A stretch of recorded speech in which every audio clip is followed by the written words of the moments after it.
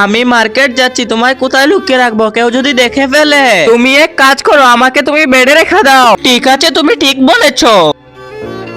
ইয়া ইয়া। ঠিক আছে, আমি চলে যাচ্ছি। ঠিক আছে, সাবধানে যাও। আরে মা, আমি এইখানে শুনলাম ভাইয়া কারোর সাথে কথা বলছিল। আরে হ্যাঁ, আমি বলছিলাম না ওর কারোর সাথে চক্কর আছে? আরে তুমি চুপ থাকো। আরে সাহিল, আমি যা যা বলছি তুমি তাই করো। ঠিক আছে, বলো। আরে আরে, এ আবার কাকে খুঁজছে? আরে আরে, ওই ঘরে কি হচ্ছে? মনে হচ্ছে কাউকে খুঁজছে তারা। আজকে দেখবো কয়জন মুসলিম ভাই ও বোনেরা এই ছবিটাকে ভালোবেসে একটি লাইক আর একটি সাবস্ক্রাইব করে। আর যারা ভালোবাসো না তারা এই ভিডিও থেকে দূরে থাকো আর কমেন্টে আল্লাহু আকবার লিখে যাও। আরে আরে, লাকি বেটা কার সাথে কথা বলতো? খুঁজেই পাচ্ছি না তো কাউকে। আরে আরে আরে আরে, না না না না, আমাকে মেরো না।